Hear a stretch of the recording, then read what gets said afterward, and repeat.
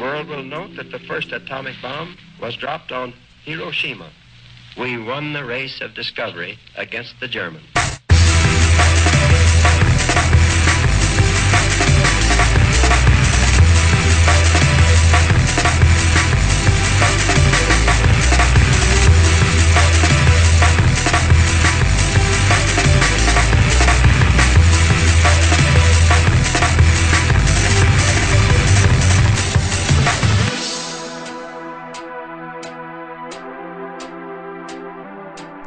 Hello ladies and gentlemen.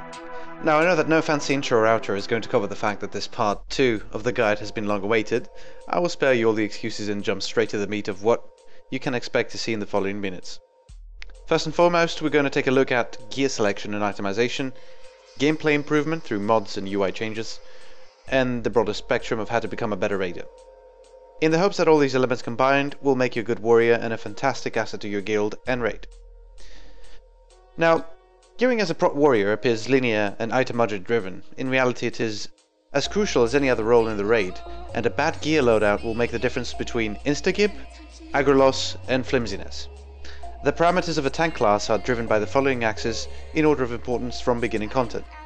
Number 1, effective health in the form of mitigation. Number 2, avoidance. And number 3, threat in the form of hit, expertise and block value. These axes are the factors that you will need to juggle with in order to perform the task that has been assigned to you. Make bosses stick the longest on you with the least amount of damage taken. Tier 4 gear allows you to focus on the first 3 elements of the board. Most of the hard-hitting bosses will be significantly easier if your item budget points are focused on armor, defense cap and stamina. Suffice to say that these 3 factors are only indicative for raiding content and not heroics or normals. Tier 5 content has a lot more boss variety, and the mechanics that will require tailored loadouts for each encounter. Bosses like Void Reaver, Morogrim, Lurker Below will stress your threat output, whereas Fathomlord Carathras and Hydrus will emphasize the need for avoidance. Bosses like Astromancer Solarian, Kel'Thas Sunstrider, and Vash contain high magical damage, which will require quite a bit of stamina bulking. Now the joy about Tier 5 content is that the threat element is incorporated in our best in slot gear, so natural upgrades will cover your needs in hit and expertise and block value. So an element of customization is possible. The balance begins to shift towards health points and avoidance. Tier 6 content is a warrior tank dream come true. The item budget for each upgrade is a substantial increase in all 3 axes. Effective health, well, now in check, we can focus on what breaks the mechanics of this game. Avoidance. It is commonly referred as exponential returns of avoidance, and understanding what it means and how it works in your itemization is key to becoming a better player. By viewing this chart, you understand that endgame gear brings your avoidance to a point where any supplementary point gained yields an astonishing increase in mitigation. The closer to 100%, the higher the benefit as the chances to be hit dramatically decrease. A tier 4 geared warrior would be somewhere around the beginning of the curve. A tier 5 geared warrior will have only slightly more due to the block and strength heavy gear that you can find in SSC and D.kay. Whereas a tier 6 tank will skyrocket to a much more interesting part of the curve. I would strongly recommend for all the viewers to also read the tanking guide provided on Elitist Jerks. All the number crunching and theoretical background work is dealt with in great detail. So as long as you're aware of the different requirements for bosses and understand what your task is, gear is only one factor. Perhaps the most important part of actually tanking is the performance itself. Tanking is what I like to call a player magnifier role, which basically means it's one of the few roles in the raid that can make or break the overall quality. Your personal performance is therefore key. Tips and tricks to bypass mechanics and trivialize them are of the essence. Let's take a look at some. Tanking doesn't deviate from any other role in terms of what you need to be looking at. There is an absolute way to do things, but there are some general guidelines that apply. First of all, having a clear view on your cooldowns and knowing when they become available is essential. My recommendation is the use of custom bars, such as Bartender 4, to set up a suitable action bar with cooldown display. Tanking is impossible without nameplates, especially when dealing with multiple targets. Nameplates allow you to select targets and assess the use of globals for threat, etc. A very powerful add-on is Magic Marker.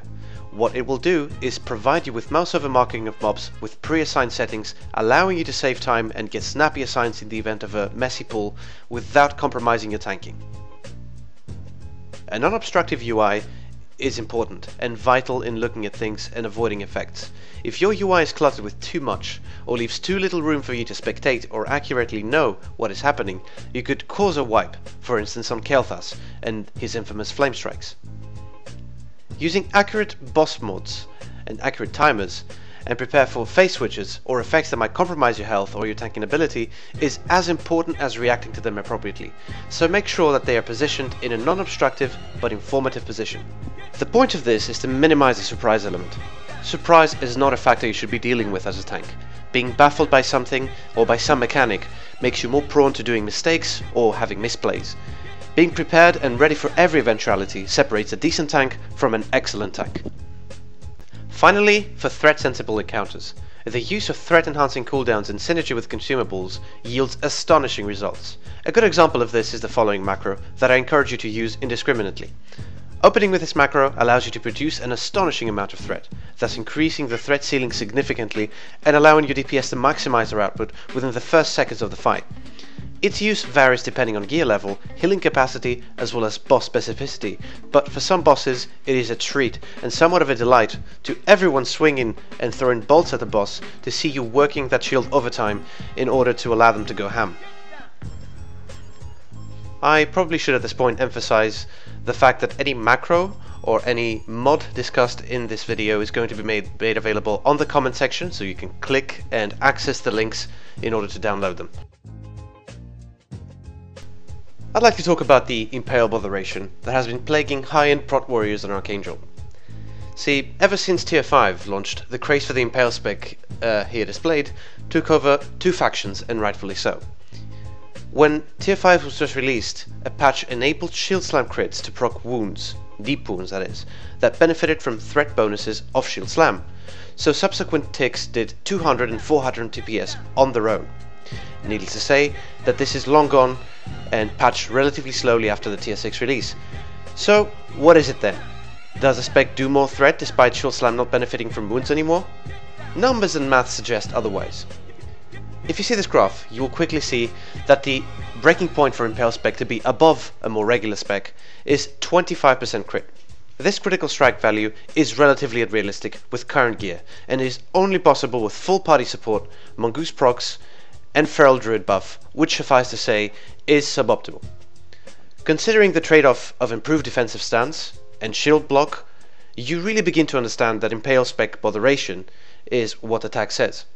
And for those wondering why I'm using the word botheration, is for you to have to Google it, which funnily enough is an allegory that all tanks should do before deciding things that might appear as a good idea, but really isn't. Googling and looking for information. Most discussions I've had with Horde warriors using this Impale spec confirms my suspicion that it is by simple mimetism that the spec has spread. The bottom line is, if threat is an issue, block value will solve it, and tanks at this gear level should be able to recognize what we've discussed in this video. Furthermore, access to the full piece of Tier 6 that increases shield slam damage by 10% should tip them towards a more consistent gearing. Alright, ladies and gentlemen, that's all we've got the time for this time round. I want to thank all of those whispering me in game, but also for watching this video. If you want to see more, please subscribe and also like the video.